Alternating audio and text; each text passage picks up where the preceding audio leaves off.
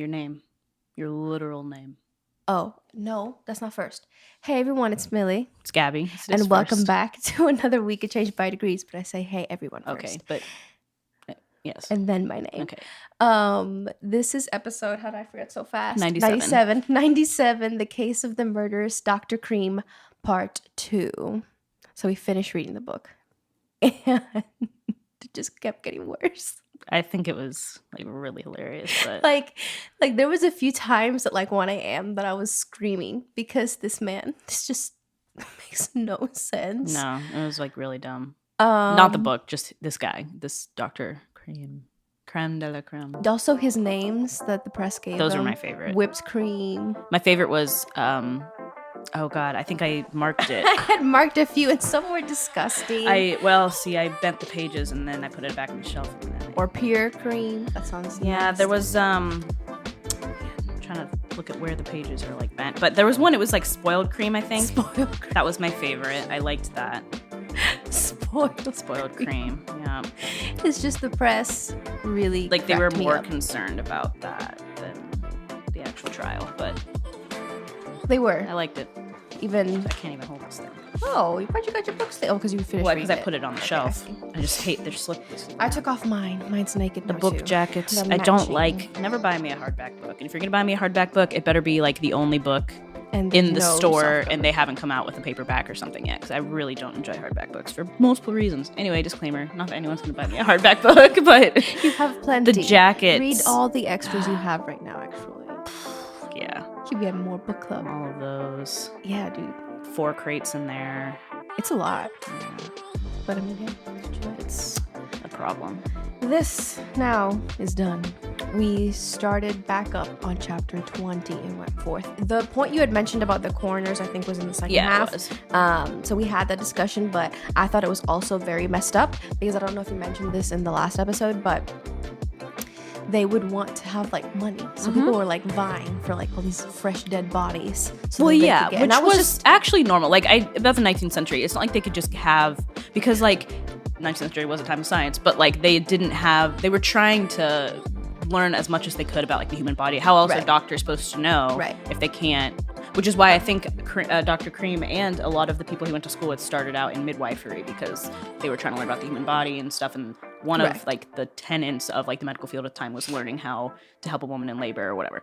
So like, but yeah, with the cadavers and stuff, it's just like, that's why grave robbing was so popular, because it was so expensive to get a body. So then professors would just tell the students like, yeah, go rob the freaking grave at night. Like, you know, I'm not telling you to do it, but just suggesting. Like, blown, because he goes into detail, and especially when it related to cases and how people would do a sloppy job just because they wanted that cash in their pocket. But yeah, we had that discussion last week, but everything else should be brand spanking new.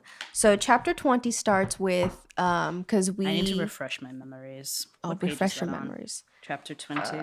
Around 187, because I put a page number in my notes. And you took notes. That's smart.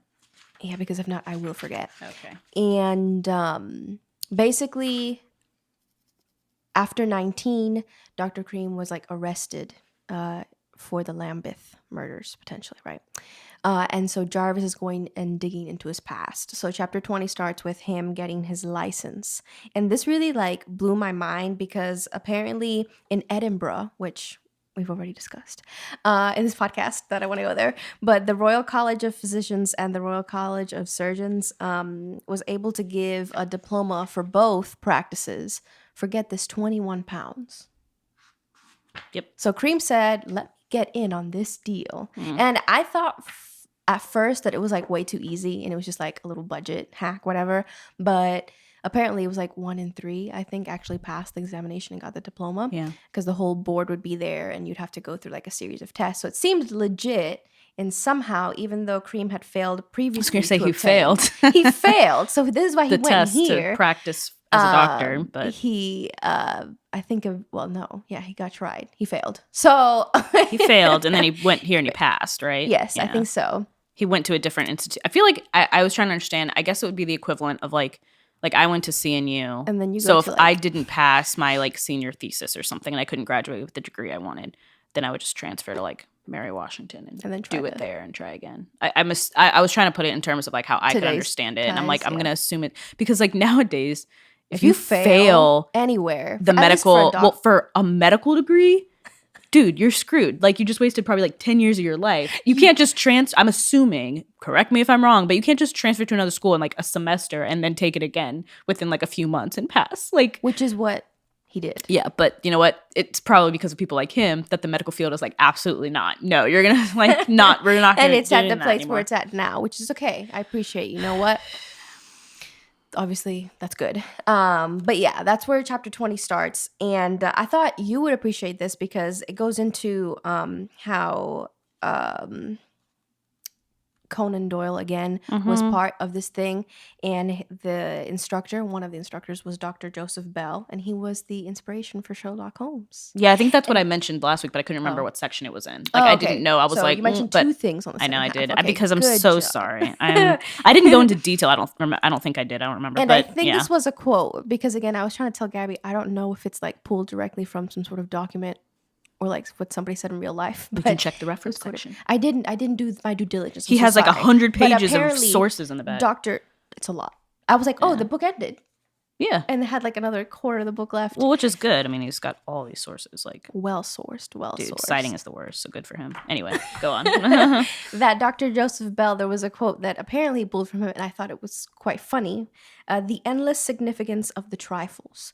And if only Scotland Yard were to have practiced this, I feel like Cream might have been caught a little earlier. Well, they did go in his trial. I think they kind of were like, yeah, Scotland Yard kind of botched this one, dude. Which is so funny because at the end, the ending, because they were like, this was Scotland Yard's redemption story for not being able to get Jack the Ripper, but that's not the case, dude. Well, I mean, they did catch him, but I think the point was like, it is their redemption story because they did not catch. We still don't know who Jack the Ripper is, and we probably never will. But they did catch this guy, Cream.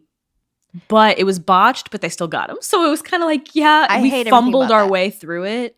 And like we probably, if we investigated the first death like we should have when he was in London, then we probably could have saved like several more women. Mm-hmm. But that didn't happen. But we still got him. So really, like this is a win for us. Yeah, but I don't know. So I guess they were the chalking problem it up with as a win. it too is that they were like, yeah, you didn't catch Jack the Ripper because he was a little less sloppy than Cream. They said that, but I was like, was he though? Like, Cream basically ended up causing his own. He was an idiot.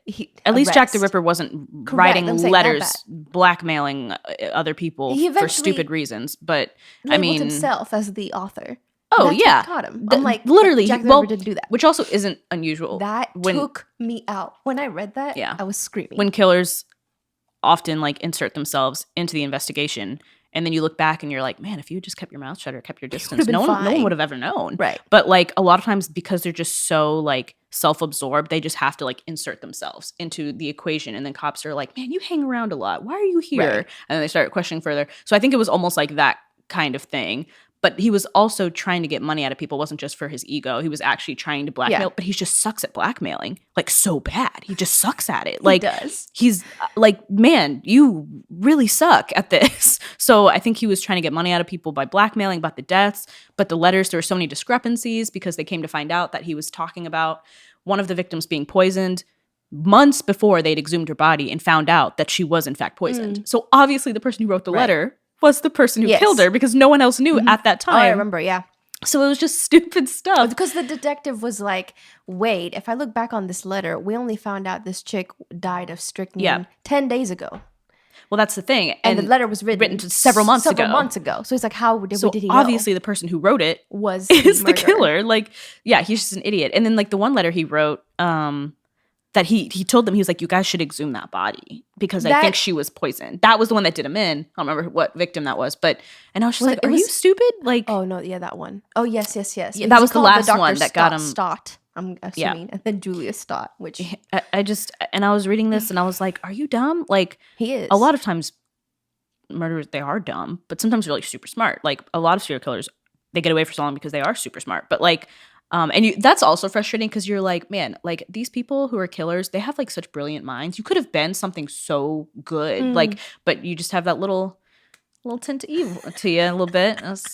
You could have done such great work, you know. You could have been You could have been brilliant. I think after you got your license, you could have had a successful. He could have. Career. I mean, he was an okay doctor. Like he failed first, but then passed. I'm sure a lot of doctors at that time. But even having a doctor in the 19th century was like, wow, we have a doctor. That's so great. And you could have like helped people and done stuff, but no. Even like a lot of like Jeffrey Dahmer was like so smart, but that didn't go well. Because he was trying to make human zombies. So, like, that's not great. But, yeah, it's just like all these people have, like, such great minds. But they just, you know. There's just one little devil thing. takes a hold. Or something. I don't know what happens. Like the brilliance. It's like, you're too brilliant to be good. Yeah, I don't know what goes on. But, yeah. I don't know how brilliant Cream was, but definitely it declined towards the end. It's probably average. So, he got his little license, right? He passed. And they start off this new section by mentioning Kitty. Catherine Hutchinson Gardner, okay, because he set up a practice in London, Ontario. Yeah, there's so many Londons. Yeah, I was like, what? There's also a Lambeth, Ontario, and a London, which is the neighborhood in London, in Ontario. But then there's also a Lambeth neighborhood in London, in England. So he was in both at separate times. Whatever she said. Yeah. I just made a note here that this practice after he got his little thing was in London, Ontario. Yeah. And this is, again, from Jarvis Learning. He's following the trail right now. I love this man. And the fact that he wasn't really even needed in the final thing. I was like, oh my gosh. Well, then he was supposed to go back like months before he did. He was supposed to go back and like, they're supposed to call him back in like July. And then he didn't go back till like September. Yeah. And I was like, he was like, I got more to do here. Scotland Yard. So basically in this first practice, a chick ends up dead in the privy beside... This killed me. Go ahead. Keep going. I was just like, what an asshole. Like, you have all the places to leave this chick. You put her on the toilet, dude. Like, come on. So we had a little practice in this shifty-looking building. They have a picture if you're curious about this first practice look. But she was found in the outhouse. Yeah. Located behind the building. Yeah. And sloppily put. He was like, oh, she must have died on the toilet. I don't know. Like, what? Like, this is what I'm saying. This guy is like not super with it. Stories every time. Like, what? Are unbelievable. Exactly. Exactly. That's why the cops were like, huh? Like, what? He proceeds to be like, hey, wait, there's this chick like on the toilet with basically she had chloroform on her. Well, her face was burned. And her face was burned to the extent that although they tried to rule it as a suicide, she wouldn't have been able to hold the handkerchief to her face long enough to produce the burns, those types of burns from the chemicals before she passed out. Yeah. So the doctor was like, this, 1 and 1 isn't adding, coming up to 2 right now. But yeah, she was found. So stupid. Like, what an idiot. Like, first of all, that's just like of all, like, why? Like, why would you do, like, that's just somebody who just does stuff to just, like, humiliate people. Like, he took an extra step to, like, put her in the yeah, like, why would, like, it's not humiliating enough that you're found dead. Like, you gotta be found dead on the toilet. Like, what? It's like Luffy Velez, dude. He tried to pull a fast one. Yeah. But, yeah, and this is why he ends up, I believe, fleeing from this first practice and ends up into literally because it was a bum of the earth. Practice was like when they found this woman, his practice was literally like 3 blocks away. Yes. And everyone was like, well, I don't know, but that guy would have chloroform down there, that doctor. And he's like he's like peeking around the corner like, what, me? And then he's like, I'm going to move my practice now. The fact that the detectives, for example, when they were trying to, because of course Cream gets away, but they didn't put any details together. For example, the fact that, do you remember what this man's thesis was on? No. Tell chloroform. Us. Yeah. The detective said, can't be him. They mentioned that like 600 times, and then they were like, no, it can't be him. Yep. I like that. Really frustrating. Yeah. But so that happens, and of course, we're going to end up in Chicago. We're not there yet, because I thought this was so fascinating, because Dr. Cream lived a double life. He tried. I don't know if he did it super well. Which is so funny because the author went into like how all men living double lives at this. Which is somewhat true, yeah. Like if your husband was cheating on you, it's like, yeah. That's a typical thing. Like it sucks, but like that happens. But So I don't, and I'm like, yeah, a lot of them take morphine, and a lot of them, So are Gabby thinks they're alcoholics. all, like, drug addicts. No, I don't think that. Well, having a even Conan Doyle wrote Holmes to have an addiction. I mean, and he's one of the quote good guys. I mean, he's fictional, but still, it just goes to show you how normal it was. Yeah, in that time period, because they didn't really know the long-term effects of all these things, like smoking and taking opium and drinking every single day of your life and having affairs and I don't know. So, but yeah, double life, sure. He wasn't very good at doing a double life. Yeah, I went to church. He taught Sunday school. He taught Sunday school in Ontario, wherever he grew up in Ontario. He would teach Sunday school, and he would sing in the choir. I bet he had a great voice. I bet, dude, he must sound like an angel. You think he had a good voice? You think he was a tenor? He was definitely a tenor. No, he's probably an alto. No, they said that his voice was real deep by the end. Tenor. So he's a tenor. Or it could be a bass. I don't know. Well, growing up, he was probably he's not a bass dude. He's not good. He's tenor. And then he would be clubbing at night. Yeah. So that was his double life that apparently every other man shared, and that's okay with me. So like Saturday night, he'd be like, wilding up at the club. Sunday, he'd come in like, take me to the king. Like, I ain't got much to bring. That's what. I hate how you just acted that out. Yep. So that was Cream. And so in between all this nonsense, he obviously doesn't like this chick, Kitty. And she ends up on the toilet. And even though with all these details, they ended up once again saying she was ashamed because she was pregnant and ended up killing herself. I love that narrative. It once again repeats itself. It escalates so fast. Like, oh, well, she was pregnant, so she must hate herself and be so ashamed of it. She probably killed herself here's the thing. She probably killed herself in like the worst way possible. Like, no. Who's going to hold chloroform to their mouth? Which, once again, it still wouldn't have been enough to, like... No, because you're going to pass out, and the rag's going to fall away, and then you are passed out, and you wake up later. But no, this chick was dead. But they were like, well, we don't care, so that makes sense to us. So that's what Scotland Yard said. They said, well, we don't care. And mind you, I think he had already killed Flora. Yeah, this girl was like, she was not the first. She was like the third or fourth person. And when Jarvis meets the detective, and also I think he met the doctor that basically said, yeah, these burns couldn't have been caused by herself. Yeah. Jarvis was like, yeah, that makes sense. Why didn't we look into this? And they were like, oh, I don't know. I don't know. I don't know. I love that answer. How did you like Inspector Turnbridge? I love him, dude. I thought he was... First of all, no one's going to top my love for the Dr. Stevenson who's tasting the poison. Okay, that's nasty. And he once again, dude, apparently he wasn't good in court. He wasn't good in court. No, he was good. Well, he was in court. He just got a little bit. He would have been like me. And then he like, it goes on at the end to say how he like revolutionized this field of like poisons and stuff, because it kind of has like a little of and I don't remember where it says, somewhere in the prologue or epilogue, but anyway, but yeah, so what'd you ask me? Turnbridge, whatever his name is. Inspector Turnbridge. And he was a leader. He led the investigation in Scotland Yard. Yeah. So between Jarvis and Turnbridge, they're like main characters. Yeah, and they're like working together. Like Jarvis is in America and Canada, and Turnbridge is over in the other And he's like land, trying to make it work. Across the water. And so basically, I think this was Jarvis, but he visits... chronologically now Benjamin Priest's drugstore and discovered that the staff knew Cream, because he was trying to find where Cream bought strychnine. Okay. And apparently this is where he did. And he had bought strychnine just a few days before Emma Shrivel's death. And then afterwards he had bought these little capsules, which is how he kind of got better at killing people, because he would put the strychnine in the capsules, which would match the description of Matilda Clover's death. Okay, I got that right. Yeah. So basically he found where he was buying strychnine and all that jazz. And I was just like, this nasty man. Because then afterwards, this was a big part of the case, because they were like, oh, this is where these thin, they were called like long pills. Yeah. That the ladies called them. Yeah. Which again is like so dumb. We kind of talked about like that whole log thing last time of how like, yeah, you can trace back to who bought it, but at that point it's too late. Like, it doesn't matter. I don't know. Whatever. And so this doesn't make sense to me, but it's okay. 19th century doesn't have to make sense. It doesn't have to make sense.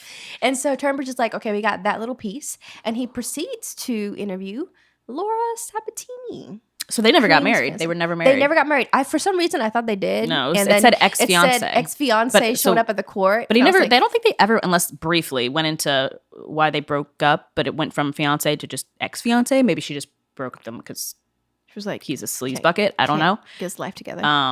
Maybe she was like, I don't know, he's trying to give me some weird pills all the time, and I'm not really into that. And it smells really weird, and he's really weird, and I don't like his eyes because he creeps me out, and he's a big creeper. Eye. And well, they were like kind of cross-eyed, I think. So he would look at you like, "Hey, trust me," and you were like, "You no." are so mean. Well, that's what it says in the book. You are so mean. Even his picture again. His picture is like, I don't little. Look, let me.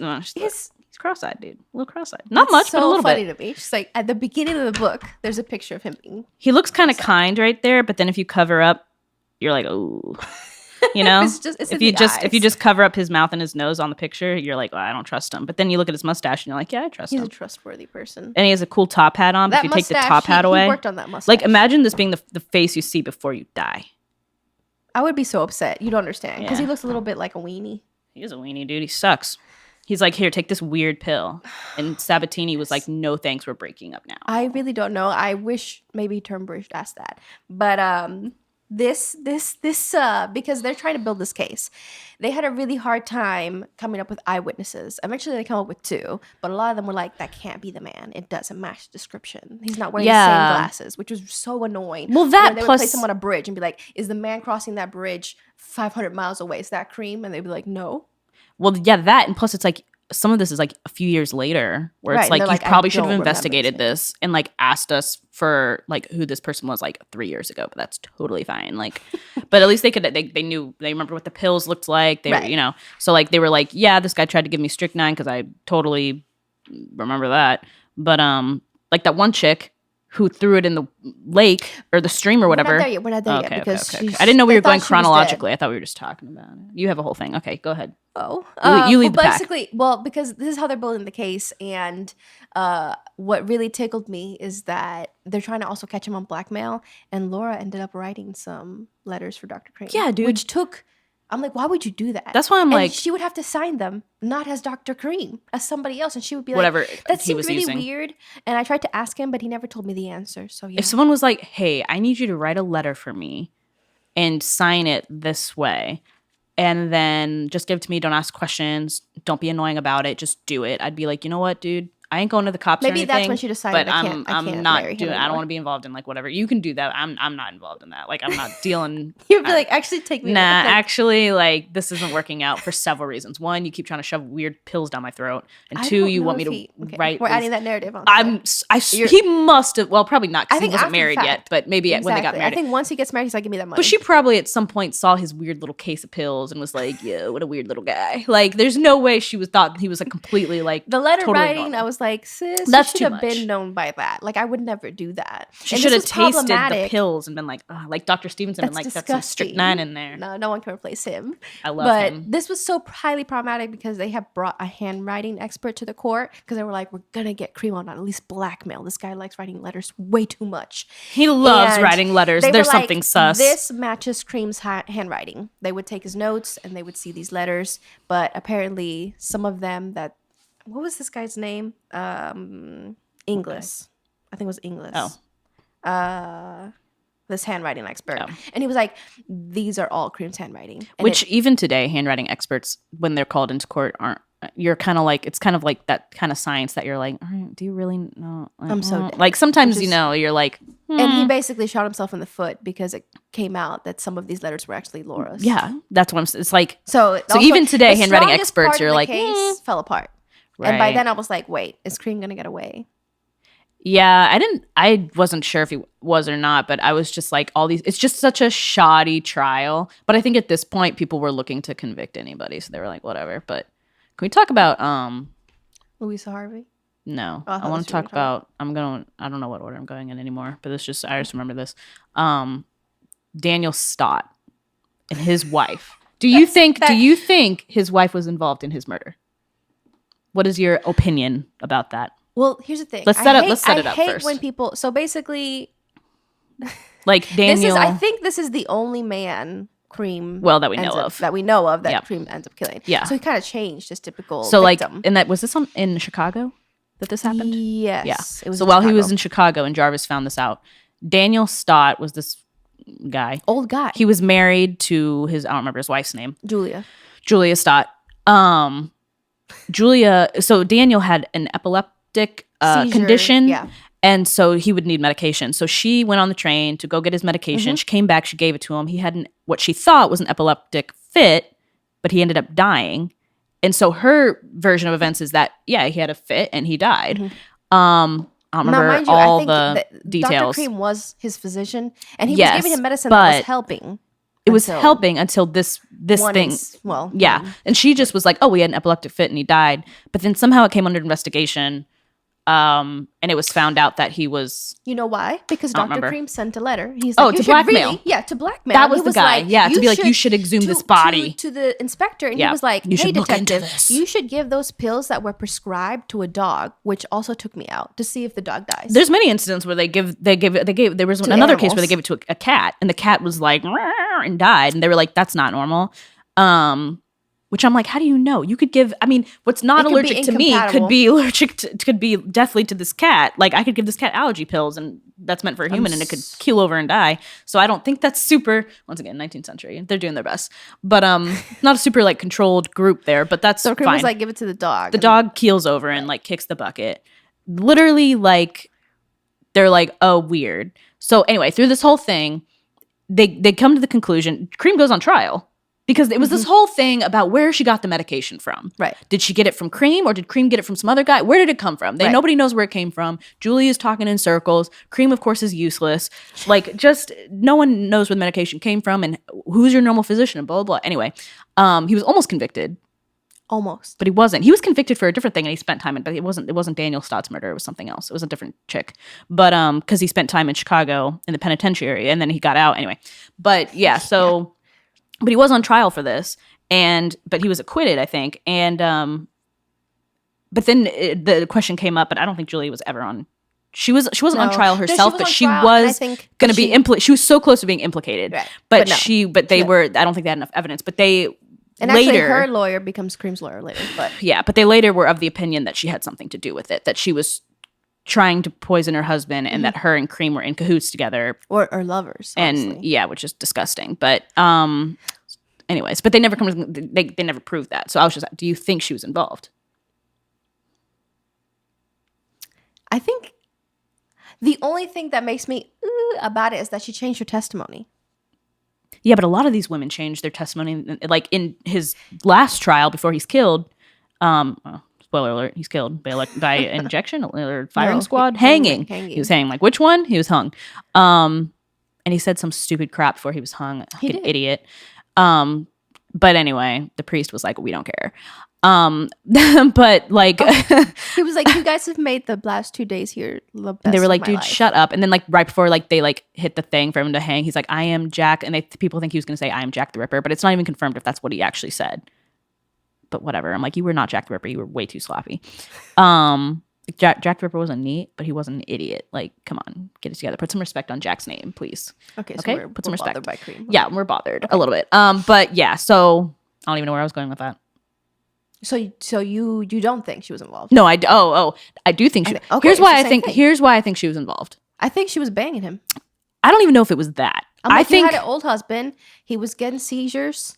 You needed some more in your love life.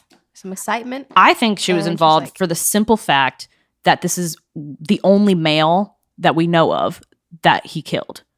What incentive would he have for? I mean, he's not going to go and try to kill an old man who has an epileptic fit every 5 seconds. Not that he had anything to gain from the other woman. You know, he would always speak to other guys about needing to kill prostitutes.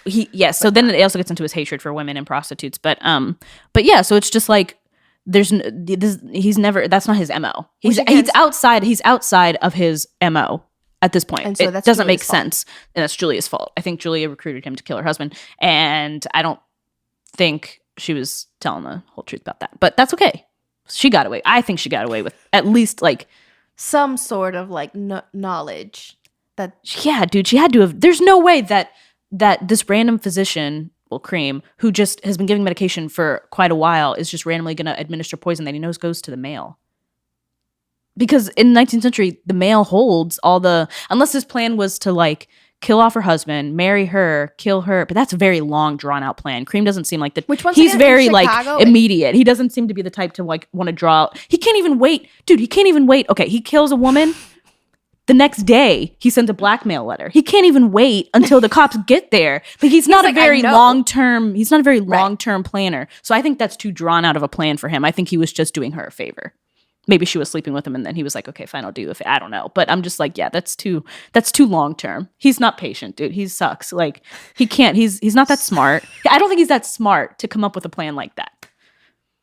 Like he gets married, right? And the day after, he books it to England. Like he's not a long-term guy. He just likes to go with the wind, and that really wasn't a go with the wind. Yeah, his spirit is very restless. You know, very freeing. He's very free spirit. Dude, you know what? So when he ended up in Chicago, he moves when he finally once again goes to court. I forget what his criminal lawyer was. Been to court so many times. It's hard to keep track. But that guy was horrific.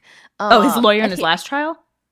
Well, that's because he really cracked me up. I don't remember his name. The one in Chicago was good. He was just really like sleazy. Yeah, most lawyers are still sleazy. I know. And then the one that was late to his first hearing also took me out. And Cream being like, "Let me write some notes right now." Hilarious. And him being so upset the whole time. It's just it. Yeah, also, his lawyer was late. Imagine if your lawyer. I'd make a scene. I'd be like, "Get out." I'd cuss him out in the courtroom and be like, "You're an idiot. I want a different lawyer, and you have to give me a different lawyer right now." You literally cannot proceed. Cream didn't care, but I mean, he did, but he was just like, "I got this." He's like, "I'm gonna take some notes." What an idiot! I'm gonna take some notes. Anyway, yeah, that was hilarious. But anyway, so I do think that she was involved. I think it was Wait, there's two big things we're missing. There's a lot of things we're missing. We're jumping around. No. Yeah, okay. Let's talk about Louisa Harvey really quickly because you mentioned her earlier. She reads in a newspaper that she's dead. I love that.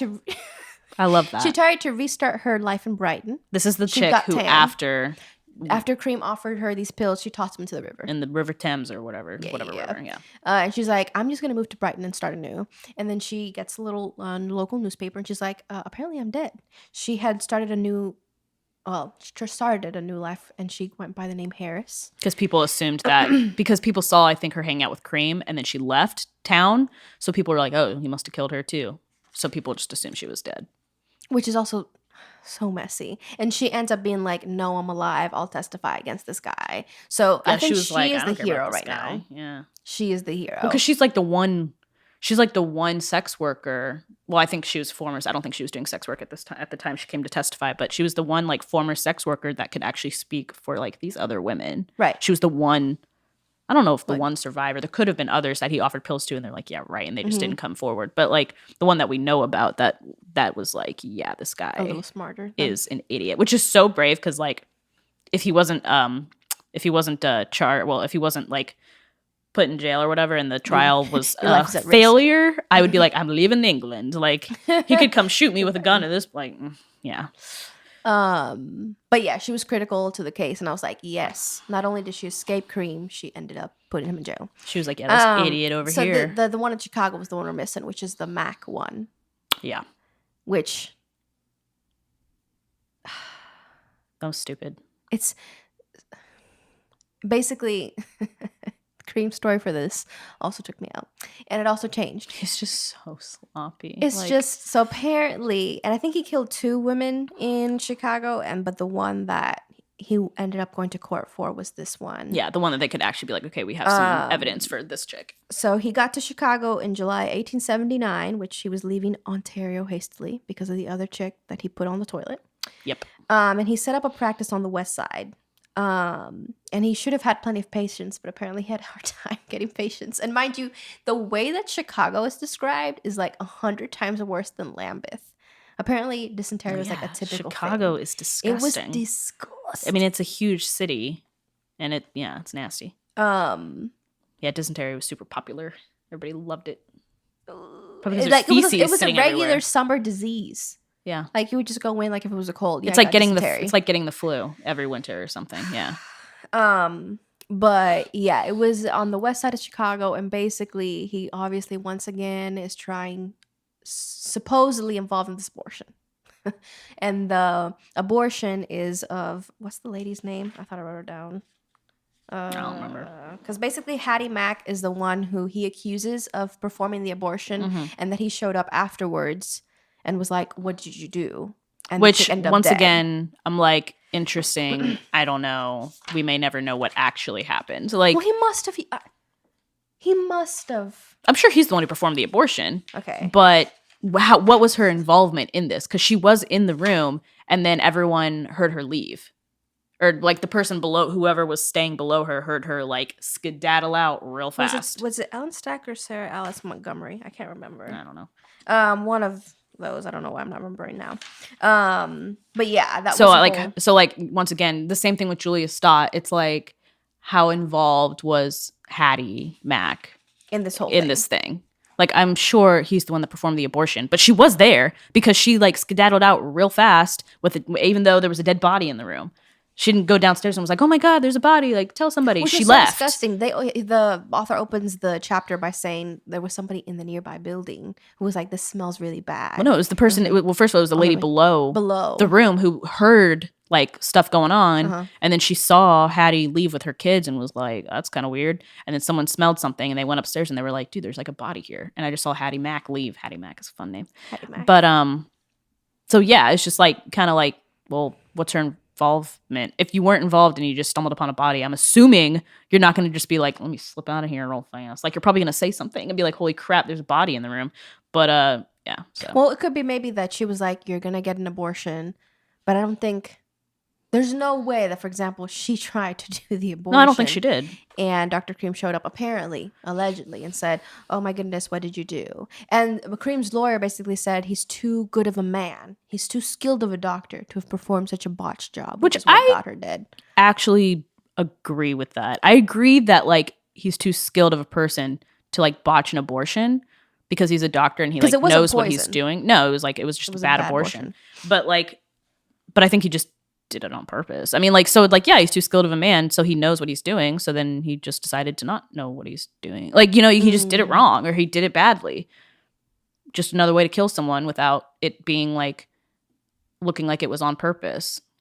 Poison's pretty purposeful, but an abortion, he's probably like, man, I got lucky with this one. This lady wants an abortion. And he even made friends with another doctor who went to court for a botched abortion. Apparently that was a very, very regular thing for doctors to get embroiled in. Yeah, but because abortion, is illegal. And so when you kill someone from an illegal practice, it's pretty bad. Yeah.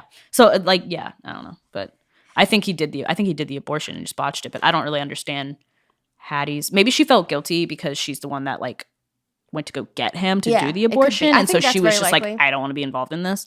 But either way, she was acquitted, I think, so it doesn't really matter. Yeah. So, and he ends up reopening the practice, and he moves into a room of some widow and ends up engaged to the daughter. Yeah. Which I'm like, he can't stay single. He wants to be off the market. He wants to be off the market. All the ladies love him. That cross-eyed look. He kills two more women, which was the ones I mentioned. I forget what Hack's girl was name. But yeah, Ellen Stack and Montgomery were two other deaths that happened, like, in the Montgomery happened in Sheldon House. Once again, Cream sees this chick, leaves, and she ends up dying by poisoning. And I think finally by then the detectives were like, this seems a little bit weird. There's a pattern. This seems suspicious. It's like, yeah, no. Duh. And I think he got into, why did he get into Illinois State? I don't remember which case that was. It was in Chicago. Whether he was sentenced to, like, or a woman to life, mind you. But apparently he got out after like 10 years. Yeah. And when you're sentenced to life, 1 in 3 could get out. Mm-hmm. And you would just ask the governor. The current governor that he thought he was going to get out with said no. No. And the warden apparently knew Cream was a very, very bad man, which also took me out, because when he heard that Cream got out and, like, went to go kill more people, he's like, I knew it. I could have told you. I could have told you. But the governor who replaced the one who didn't let him out eventually let him out because... Well, he also had, I think, a lot of it. Like, Cream's... He had some connection to this guy. Well, I mean, I don't know. Because then he also had a lot... There's some guy he knew who had a lot of money. So it was kind of like... He kept writing letters in prison, mind you. And he would be like, this was a bad case. I didn't do anything. Yeah. And his father ends up dying. His brother comes to visit him a lot. So his brother was, like, totally like, yeah, my brother's innocent, blah, blah, blah, blah. And I'm like, I know you want to, like, think the best of your family, but your brother sucks. I'm so sorry. And even when it came to trying to, like, fund a defense for his case, his dad was like, I'm not doing it. So his brothers and sisters had to give him the money. And when his dad kicked the bucket, he didn't leave anything for Cream in his will. But he did say that the executors of his estate, and I think the last name of one of them was Davidson, which is the guy who eventually gets Cream out, was like, it was like his dad's best friend or something like that. Yeah. And he's like, oh my God, I would love to get my best friend's son out of jail. He must be. And it was about this Dr. Stott and Julia Stott thing. And he's like, he must be innocent. But what's so funny is that as Cream was getting closer to getting out, the letters he would get from Cream, he was like, this guy's sanity seems to be slipping. Yeah. But I did my job. Yeah. I got him out. And I was like, dude, you just unleashed havoc on Lambeth. Yeah, which is how the book opens, is when he's getting out of Illinois State. Correct. And so that's why he goes to England. Well, also his brother is like, maybe you should go to England. Like, don't be here. Yeah. Right. And I'm like, well, England's probably like, well, thanks dude. So like, much. Scotland Yard's like, great. Yeah. It's okay. It's a redemption story from the Ripper. He didn't have a very good... Well, you mean Scotland Yard? Yeah. Because basically, that's where Jarvis ends his investigation. He spends like another 3 months trying to get all the details, and then he gets tried in Lambeth for the Lambeth murders. And finally, he's proven guilty for Matilda Clover. Yep. And that was all that was needed for him to go bye-bye. He got the death penalty. And they killed him fast. Like, usually you sit, well, and I think he still thought he was going to get out, because sometimes he would get out of these courtrooms and he would be like smiling and be like, yeah, I did it. Well, because he got out of a life sentence in Chicago. So he's probably like, okay, I can do this again. Like, but they killed him pretty fast. They killed him in November, and he was convicted in like a few months prior to that, I think. I don't even think he spent like a year. I don't remember what year it was that he was convicted, but it was a very short amount of time. And then he thought he definitely thought he was going to get out, but he was on death row for like 2 seconds, and then you're like, oh wait. Sometimes people sit on death row for like years, but him, they were like, nah. Of course, I don't know how things work. Maybe in the 19th century, they were probably killing people in like droves. They were like, let's do like a group killing right now. I think firing squad. Cream, though, even though like there was a mass of people, they couldn't actually view him go bye-bye. Because they got rid of they got rid of public executions a few years prior, I think, to that, because at that point they were almost in the 20th century, and they were like, let's be a little bit more civilized. Maybe public executions aren't super great. Maybe we shouldn't do that. But there was people waiting out, like thousands of people waiting outside, being like, "Boo!" And then someone came out, and they're like, "Yeah, he's dead," and everyone was like, "Clap, clap, clap, clap, clap." So what an idiot he was. Yeah, he was hung. What a time. So and again, what really did him under was the letter that he signed himself, like, Dr. Cream, I'm saying this was poison. Yeah. That's what did so him. Stupid. That's the only reason they got him. Yeah, because there were other parts of the case that ended up falling through, like, again, the handwriting expert and the eyewitnesses were really hard to come by. But thankfully... Yeah, it was kind of a shoddy trial, like I said, Jarvis, even after all his work, really didn't play a key role, because he just that went one detail and just found out all the stuff he did in America and Canada, I feel like. But other than that, it didn't really factor in. And to this day, you don't know how many women Cream killed. No. And I think the author obviously brings back the idea of, like, because I think Scotland Yard was also accused of, like, since if it was a man, would you have done such a sloppy job? Of course not. Found the killer, faster, or whatever. Just so many things. Yeah, I did appreciate the author at the end. He epilogue. He used the term that I had said at last episode, "less dead," with a lot of these victims that still, and he goes into like this still happens today. I should have marked the page because I thought it was really like nice that he did that. But and he mentions Victor Hugo, which like. My favorite author, one of my favorite authors. But apparently Cream read a lot, in prison. I'm sure he had a lot of time on his hands, nothing else to do. But that Illinois prison was horrific, and they did a lot of time in isolation, more than like torture or something. The warden was like, "I'm forward thinking." Yeah, torture really wasn't. Yeah, when I got to the 19th century, also because I feel like the rise of like psychology and stuff, they were like, we can torture someone without physically harming them. Let's do it. Like, but American which might have aided in Cream's like decline in like Yeah, mental maybe. health. Although he kind of seems like Already. he does not care. Like he seemed like the person that It's you like, could put yeah, him in leave me alone. solitary for like 3,000 years and he would come out the same way. Like, And also, what was hilarious is that the governor who ended up pardoning him didn't read like the slip of his behavior in this place because he didn't behave well. yeah, he sucked. He wasn't a astute prisoner. Wasn't a very good prisoner. He wasn't a very good prisoner, didn't so he walk in shouldn't have been let line out. straight. He was in solitary quite a few times. Yeah. He was punished quite a few times for. He did a whatever. sloppy job. Yeah. Doing the rocks or whatever they were doing in that prison. Yeah. He was sentenced to hard labor a few times because he was being bad. So He just couldn't behave. He's like, let me write my letters and try to get out. Well, But he did. But somehow. yeah. But it's just at the epilogue, the author goes into sexism and inequality. He says, of the times isolated prostitutes and pregnant, unwed women alike, relegating them to the margins of society. And he just talks about how Cream took advantage of that also. And then he goes into what American criminologists, which I said last time, Stephen Egger, has described victims such as these as, quote, less dead people. So they're people of little worth or value to society whose deaths are deemed less important than those of victims living mainstream middle-class lives. Blah, blah, blah, blah, blah. Yeah. And which he goes into, like, that's kind of what, because Jack the Ripper also killed sex workers. And then he has a quote from historian Hallie Rubenhold who says, women had no voice and few rights and the poor were considered lazy and degenerate. To have been both of these things was one of the worst possible combinations. Yeah. So just this concept of like less dead, and that he goes into like today, serial killers still prey on people who are, quote, less dead. Whether it be sex workers, people of color, poor women, indigenous women. There's a whole highway in Canada. I don't remember what it's called, but it's where a lot of indigenous women have gone missing and never been found. And Canada just doesn't do much about it. And it's like easy target. It's like this whole highway, like this whole stretch of highway that spans almost all of Canada.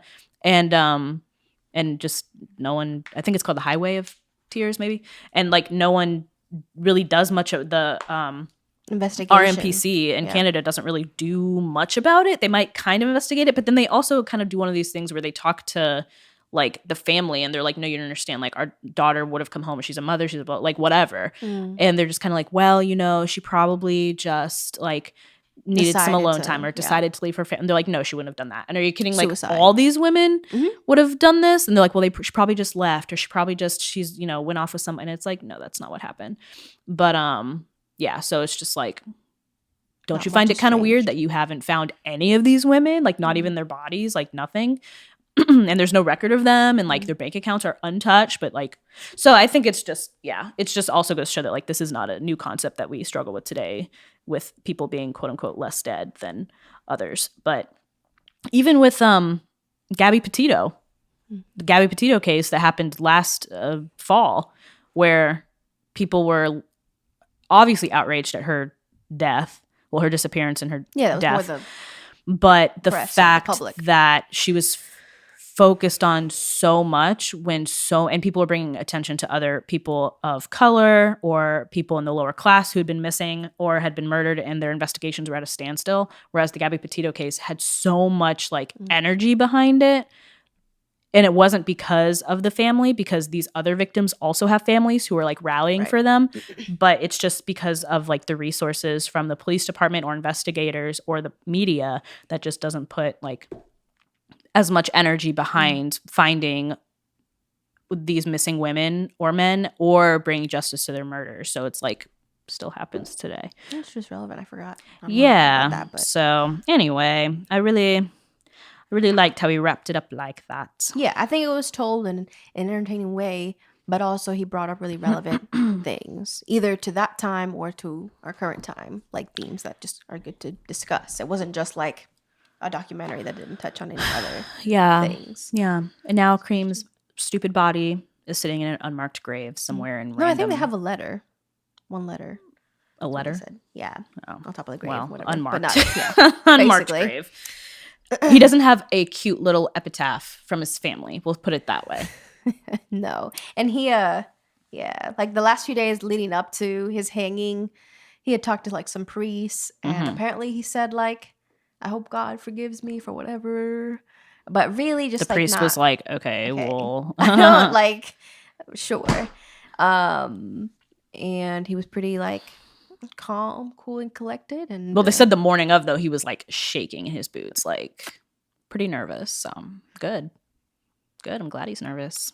That's the thing. It's like, and he didn't say I am Jack. Idiot.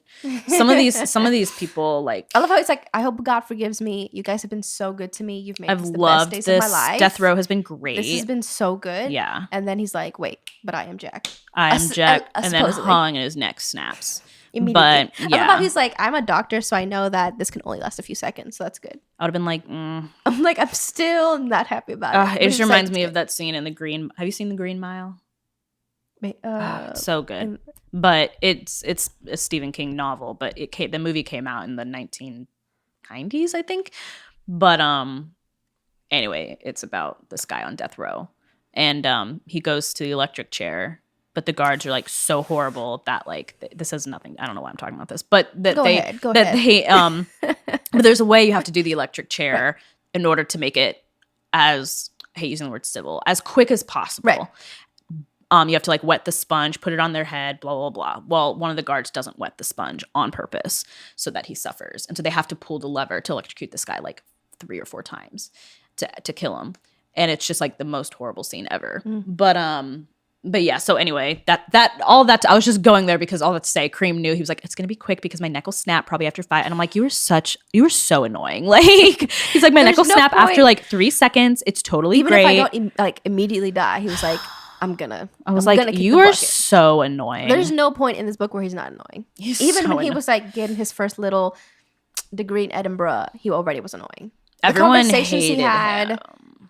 about, and that's the thing. It's like he always kind of implicated himself, no matter what, whether if it was by blackmail, the way he was in situations he was, the way he spoke to several people about killing prostitutes is what blew my mind, because also the men around him are like, yeah, he's kind of having a bad night, huh? Like, he's just kind of gross. He's like, kind other of- men were wait. like, he's really annoying, first of all, and second of all, he's really gross. Like, and he definitely hates He was very women. full of himself. And people, yeah, and we didn't really get, but he does go into like his hatred for women and how much he hated women and sex workers, and just for really it's not like he had a bad mother, like he, for no reason. It's He not didn't like have mommy issues. Yeah. He didn't have woman issues. it's not like He a had tons weird. of fiancés. It's not like a weird like psycho type of Right. Alfred Hitchcock thing. It's Like just childhood problems. No, it's just like he just came hated to women. be. I don't know why. It doesn't really make much sense why he hated women so much. But he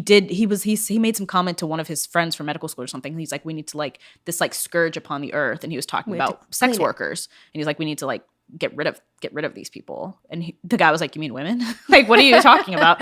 But yeah, he's just And it like was really sad because I think he also points out the narrative, the author, that for a lot of these women, especially when they were talking about Cream being like part of Sunday school, and I think it was in Chicago, and how there was like a few, I think, safe houses for women there, and they would be like, yeah, some ladies prefer to live on this side because they get questioned less being just a single woman, or a woman with a child.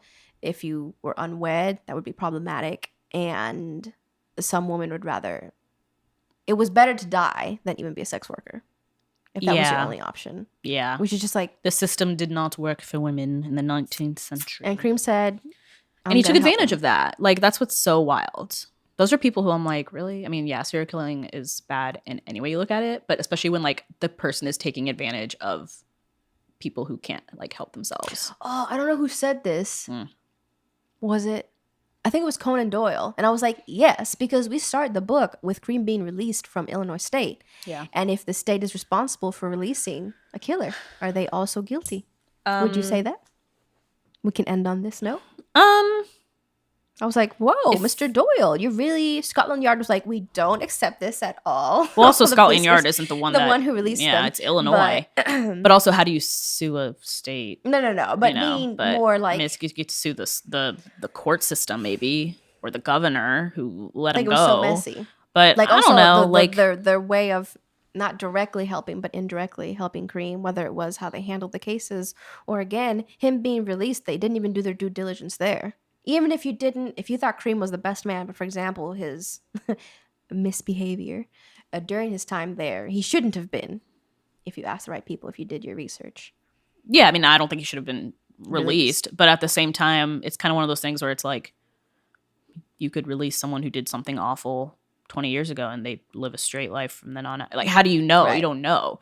The warden just knew. because you have bad behavior in prison, dude, I'd probably have bad behavior in prison too. That is, you know what I mean? It's kind of one of those things where it's like, yeah, dude, I don't want to chop up these rocks with a freaking sledgehammer or whatever I'm supposed to be doing. Of course I'm gonna have a bad attitude about it. Like, it doesn't mean I'm gonna go kill someone afterward. Like, you know, if you let me out in 20 years, like, you know what I mean? But I do. So it's hard to say in hindsight. Yeah, dude, wow, I can't believe you let him out. He killed more people. But yeah, I don't know. It's one of those things from case to case. Yeah. Because I think the last thing his lawyer tried to do before trying to avoid death row is saying Cream was insane. Which, no, he's not. Yeah, like, he was aware of what he was extremely well aware of what was happening. He wrote letters. He couldn't have been insane. But like, yeah, the letters. You would have written a report on him and been like, he is sane. Yeah, dude. It's like malingering. Yeah, there's nothing wrong with him. But besides just being a complete jerk and horrible person. But yeah, they said one of the psychologists said in the I think it was chapter title was like insane, and they said he's insane, but in no legal sense. Like, he's not medically insane. That's not going to hold up in court. Like, that's a stupid. No, that's not. He's not. He's totally. They're like, he's like, fine. he took drugs. He's cool. He's great. He's still fine. Yeah, he sucks as a person. Well, he's not on this earth anymore, so he can go suck it wherever he's at. I don't know where he's at. I'm not going to claim to know where he's at, but you know what? That's not my job. He said some words, and then he said other words. Yeah. Whether he had, faced his judgment here on earth, he faced it in the afterlife. That's all I have to say about that. So, you feel good about that. I feel good about that. I'm like, Jack the Ripper was never caught, but he was definitely caught in the afterlife. So I hope he's having a fun time wherever he's at. I said wherever he's at. I don't know. I don't know what where his soul is. Was a good read, I would say. It was good. If you're interested in the hunt for a Victorian era serial killer, read this book. Always interested in historical nonfiction. I've gotten all my words right. And if you want to be astounded with every chapter, you can. There was even like the shortest chapter on him blackmailing like an actual patient saying like, give me more money. I don't think he ever blackmailed successfully once in his like 20-year period. And that chapter was like 2 pages and they were like, yeah. And it did not work. I don't think he ever got money out of it. He tried. He was very determined to try to get money out of people. The only thing he got better at, it's not even better, but like he was like, let me not be ass sloppy. He's like, I'll do strychnine in these little pills. But eventually that also got him. But the blackmailing never got better. So if you want to be a blackmailer, don't follow Cream's footsteps. You have to do a little bit better than that, okay? I don't know whose footsteps he'd follow with that. Somebody, I don't know. But there's better than Cream, is all I have to say. The blackmailing was bad. It was bad. Like, the smartest he got was when he told his fiance to write it for him. But even then, it backfired on him too. So. Yeah, because she was like, yeah, no. And she was at the court the day he was like convicted. Yeah, she was like, no, I wrote that. But it's okay. Yeah, anyway, all right. We're done. Yay. Yay. Cream's caught. Cream's caught. Yay. Follow us on Instagram. _change by degrees. And read this book. By Dean, what's his name? Dean Jobb. Jobb. He's got 2 B's. He has other books too. This is his most recent one. That it came out actually, I think, a few months ago. But anyway, it was very good. Yeah, if you like serial killers, read it. Why not? Yeah. It's different. You really get into it. You get lost in the sauce maybe a little bit with all the names. But he has a whole index. I should have actually checked the cast of characters. Yeah. Turnbridge and all these other He has the sources and he has the cast of characters in the back. It's all good. So there's that. Anyway. And we will see you next week for another episode. I don't remember what it is. I don't remember what we're doing. It'll be probably okay. It'll be great. It'll be good. Bye. Bye. Camera didn't die. Did it? I didn't hear it. Wow.